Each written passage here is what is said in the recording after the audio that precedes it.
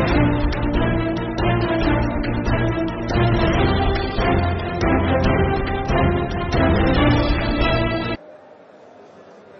हमारे बीच के अंदर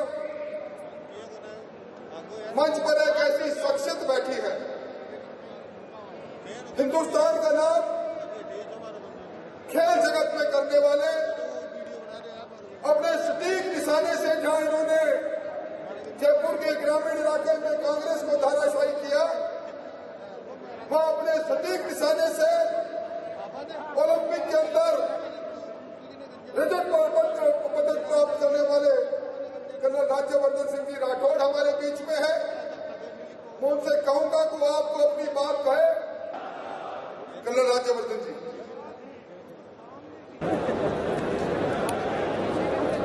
धन्यवाद मेरे बड़े भाई राजेंद्र जी, यहाँ पे मंच पे कैलाश जी, सीपी जोशी जी, मेरे सामने बड़ी मात्रा में भारतीय जनता पार्टी के कार्यकर्ता बैठे हैं जो भारत देश का मान स्वाभिमान ऊपर रखने के लिए दिन रात मेहनत करते हैं। अभी नारा लगा था भारत माता की जय का, लेकिन मुझे लगता है कि आपस की बातचीत आपकी ज्यादा महत्वपूर्ण थी। अगर आपकी आपस की बातचीत हो गई हो तो भारत के मान सम्मान में अगर नारा लगे तो पूरे भारत में तो गूंजना ही चाहिए। मुझे लगता है कि बगल में जो अमित शाह जी संबोधन दे रहे हैं वहां तक भी आवाज जानी चाहिए। आप तैयार हैं? आप तैयार हैं भारत माता की जय बोलने के लिए? तैयार हैं? तो दोनों हाथ ऊपर करके और एक एक व्यक्ति यहां पर जो मौजूद है पूरी ताकत से कहिएगा, बोलेगा भारत माता की। एक बार फिर बोलेंगे भारत माता की। आप सबकी ताकत से भारतीय जनता पार्टी मजबूत रहती है। गांव-गांव, ढाणी में, हर चौपाल में जब आप भारतीय जनता पार्टी की बात करते हैं तो चर्चा आगे बढ़ती है। और वही कारण था कि 2014 में जो भारत की राजनीति के अंदर एक भूचाल आया, एक आंधी आई, एक ऐसी हवा चली जिसने पूरे भारतवर्ष के अंदर राजनीति को बदल कर रख दिया, उसकी बदौलत आप हैं और आपकी वजह से ये सब बदलाव आया। इसलिए मैं आज कार्यकर्ताओं को धन्यवाद देता हूं।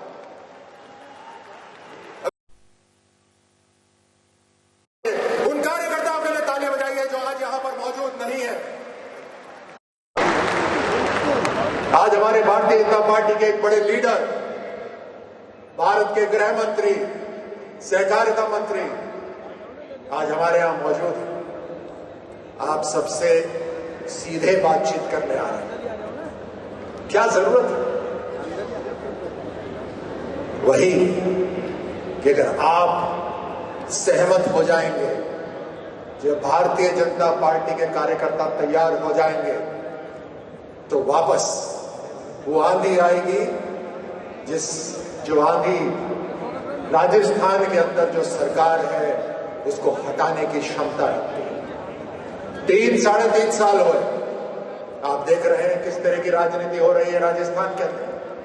आप जानते हैं मुझसे बेहतर कि गांव के अंदर कोई काम अगर हुआ भी है, पूरा इनका ध्यान राजस्थान की सरकार का मात्र अपनी कुर्सी के ऊपर किस तरह से कुर्सी को बचा के रखना है, उसी में जद्दोजहद हो रही है, उसी की लड़ाई हो रही है। जनता को बिल्कुल भूल चुके हैं। एक काम अगर राजनीति का राजस्थान की सरकार ने अगर जनता के लिए कराओ तो आप मुझे बताइए जो यहां पर मौजूद है, करा कोई काम राजस्थान सरकार ने जनता के लिए? करा कोई काम राजस्थान की सरकार ने जनता के लिए? बिल्कुल भूल चुके। मानो जनता सिर्फ वोट के समय महत्वपूर्ण है, बाकी पूरे समय जनता को भूल गए। और दूसरी तरफ देखिए, एक ऐसा व्यक्ति जो 2014 से लगातार पिछले 7 सालों से मेहनत कर रहा है भारत के लिए। कोरोना काल आया, पूरे विश्व के अंदर एक कोरोना का काल आया। जो विकसित देश थे वो अपने आप को नहीं संभाल पाए, लेकिन इन सभी देशों के अंदर भारतवर्ष एक ऐसा देश था जो विकासशील होते हुए भी इस कोरोना की लड़ाई के अंदर मजबूत डटा रहा। जहां मास्क नहीं बनते थे वहां मास्क बनने शुरू हुए, पीपी किट बनने शुरू हो गए, यहां तक कि वेंटिलेटर तक हमने भारत में बना दिए। और इसको छोड़िए, भारतवर्ष पूरी दुनिया के अंदर एक ऐसा देश है जिसने एक नहीं, दो नहीं, तीन वैक्सीनेशन भारत के अंदर ही बना डाले।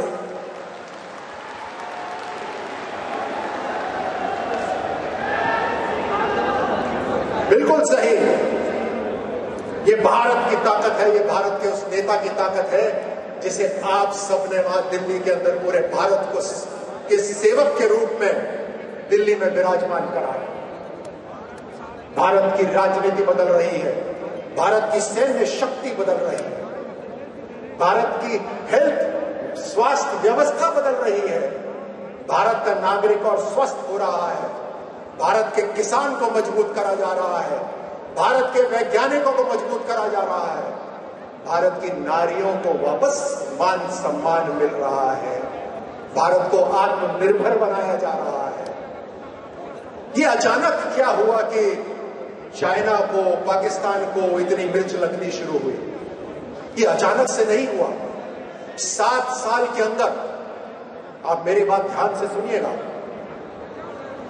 मात्र पिछले 7 साल के अंदर भारत की सेना को एक नए तरीके से मजबूत करा जा रहा है। भारत की सरहद पर जहां सड़कें नहीं होती थी, पुलिये नहीं होते थे, जहां एक सैनिक का जाना मुश्किल होता था, वहां पर आज टैंक और असला बारूद पहुंच रहा है। लेह लद्दाख की पहाड़ियों के ऊपर हम भारत की सेना पहुंच गई है अपने टैंकों के साथ, युद्ध पोतों के साथ। ये बदलाव पिछले 7 साल में हुआ है।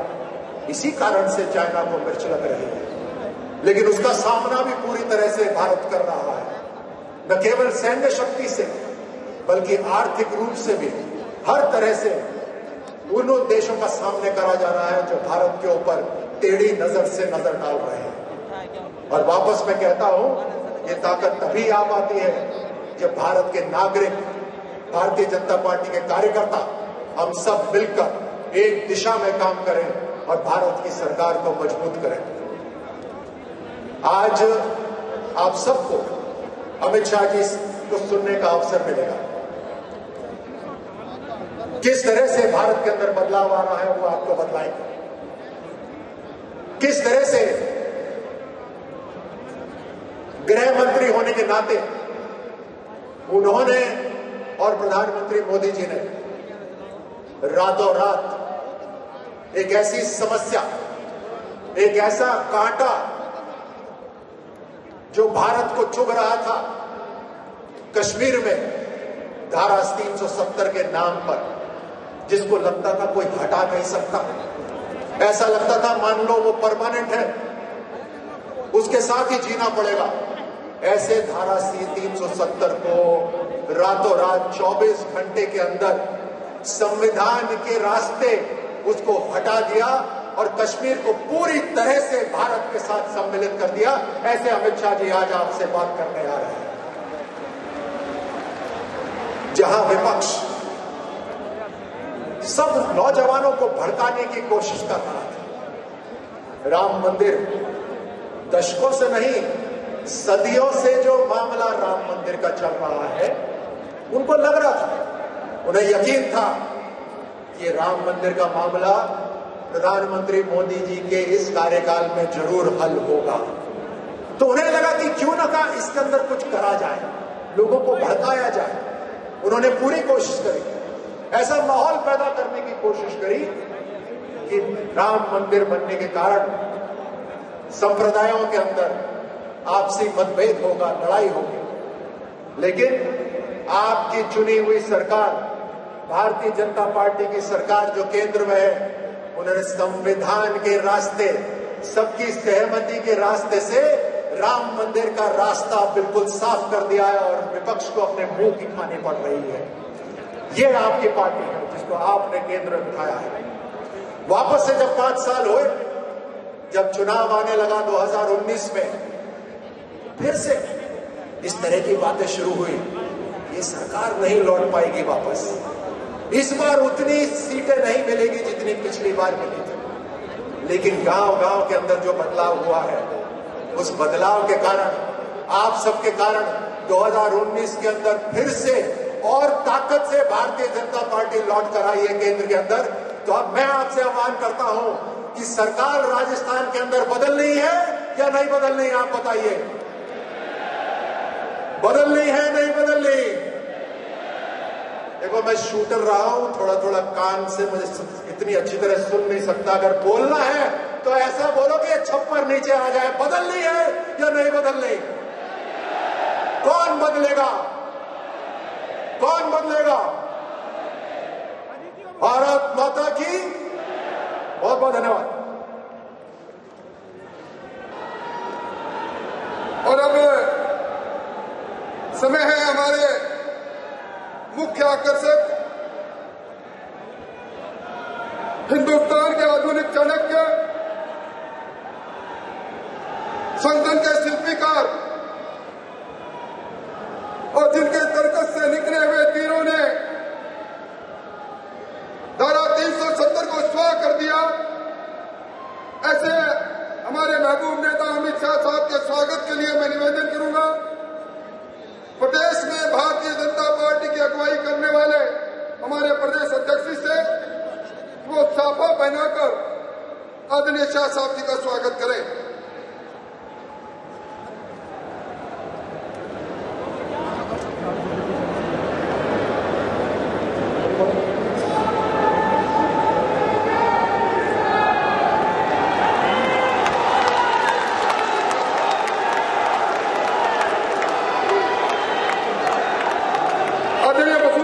कहूंगा कि बुके भेंट करके आदरणीय शाह साहब का स्वागत करें।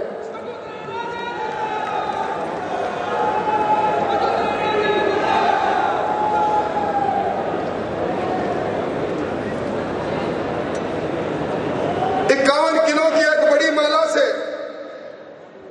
मंचासी ने हमारे प्रदेश के प्रभारी अरुण सिंह जी, आदरणीय गुलाब जी कटारिया, ओम प्रकाश जी माथुर, गजेंद्र सिंह जी अर्जुन जी, कैलाश जी मेघवाल, आदरणीय अरुण जी, ओम प्रकाश जी माथुर साहब, चंद्रशेखर जी, अलका सिंह जी, सब लोग मंचासी लोग एक ही माला से हमारे महबूब नेता का स्वागत करेंगे।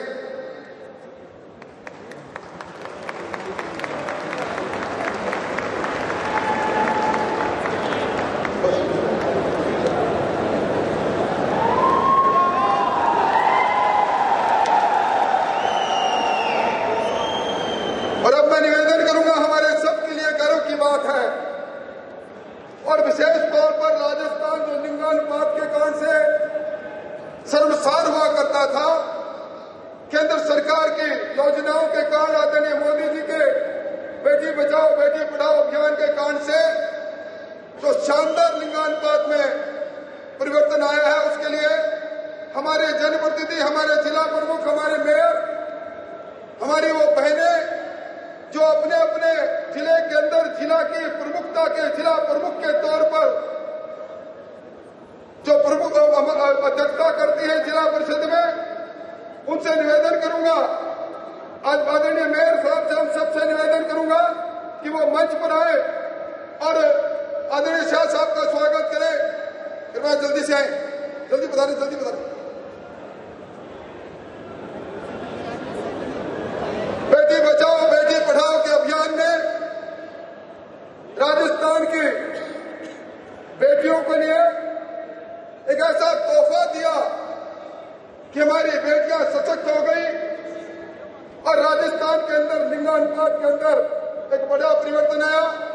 एक समृद्धि चिन्ह के रूप में हमारी चुनी हुई हमारी बहनें माननीय अमित शाह साहब का स्वागत करेंगे, अभिनंदन करेंगे। कांग्रेस के कुशासन को धराशायी करने के लिए गदा के प्रहार से उस कांग्रेस के कुराज का अंत करने के संकल्प के लिए मैं निवेदन करूंगा, हमारे प्रदेश के महामंत्री भजन लाल जी से, मदन जी दिलावर जी से, हरिंदर जी कौशिक से, दिया कुमारी जी से कि वो गदा भेंट करके आदरणीय अमित शाह साहब का स्वागत करें, अभिनंदन करें।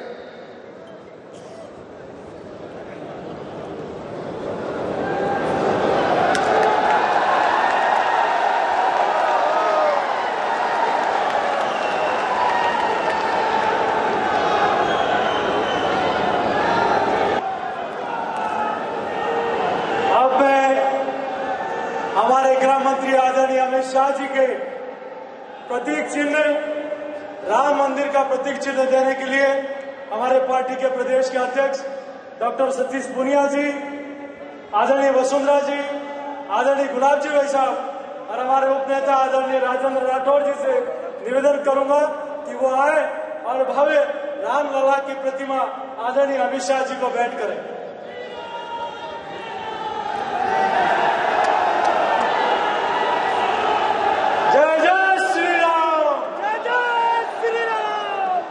अब मैं बाबा रामदेव की प्रतिमा भेंट करने के लिए मैं नगर निकाय, पंचायत राज और सहकारिता प्रकोष्ठ के संयोजक से आग्रह करूंगा वो तीनों आए और बाबा रामदेव की प्रतिमा आदरणीय अमित शाह जी को भेंट करें।